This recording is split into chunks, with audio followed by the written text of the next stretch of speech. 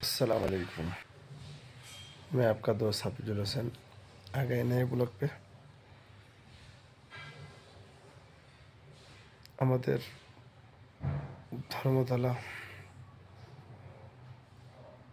ধর্মতলা না কলকাতার হচ্ছে ব্রিগেড মাঠেতে গীতা পাঠের অনুষ্ঠান হচ্ছিল।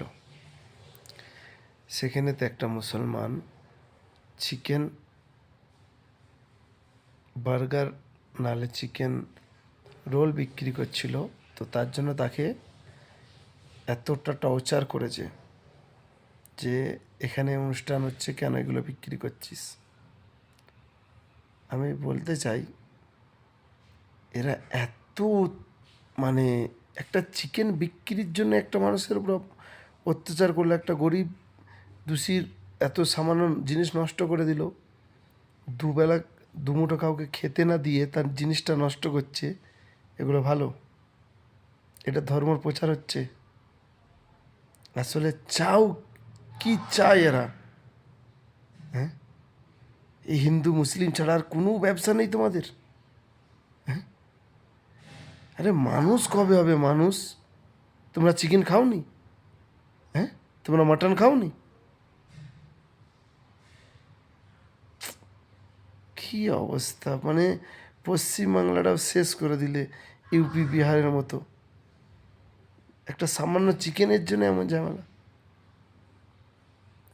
দুঃখিত ভাই, কলকাতা পশ্চিমবাংলায় যে হিন্দু মুসলিম মিলে মিশে থাকতো সেটাকেও তোমরা ধ্বংস করে দিতে চাও। তোমাদের একটা ধর্মিক প্রোগ্রামেতে তোমরা যদি এরকম করো, তাহলে আনধর্মিক প্রোগ্রাম হলে কি করবে?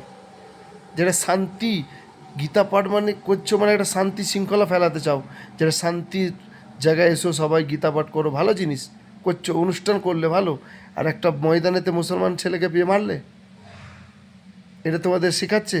তোমাদের ধর্মে এটা বলেছে যে যেখানে গীতা পাঠ হবে সেখানে চিকেন মাটনের কোনো জিনিস বিক্রি করা যাবে না? ভাই, এরকম করে আমাদের পশ্চিমবাংলার হিন্দুদিকে বদনাম করো না। এই যেগুলো করেছে এগুলো হচ্ছে পশ্চিমবাংলার হিন্দু নয়, এরা ইউপি বিহারের হিন্দু। এগুলো পশ্চিমবাংলাকে বদনাম করতে চাইছে। আর ওখানে দাঁড়িয়ে দাঁড়িয়ে কিছু বাঙালি দেখছে যে হ্যাঁ ঠিক বলছো। আমি ভিডিওটা দিচ্ছি, দেখো। ভিডিওটা আছে আমার কাছে রেকর্ডিং, দেখো তোমরা। তুমি তার জন্য চিকেন বিক্রি করবে?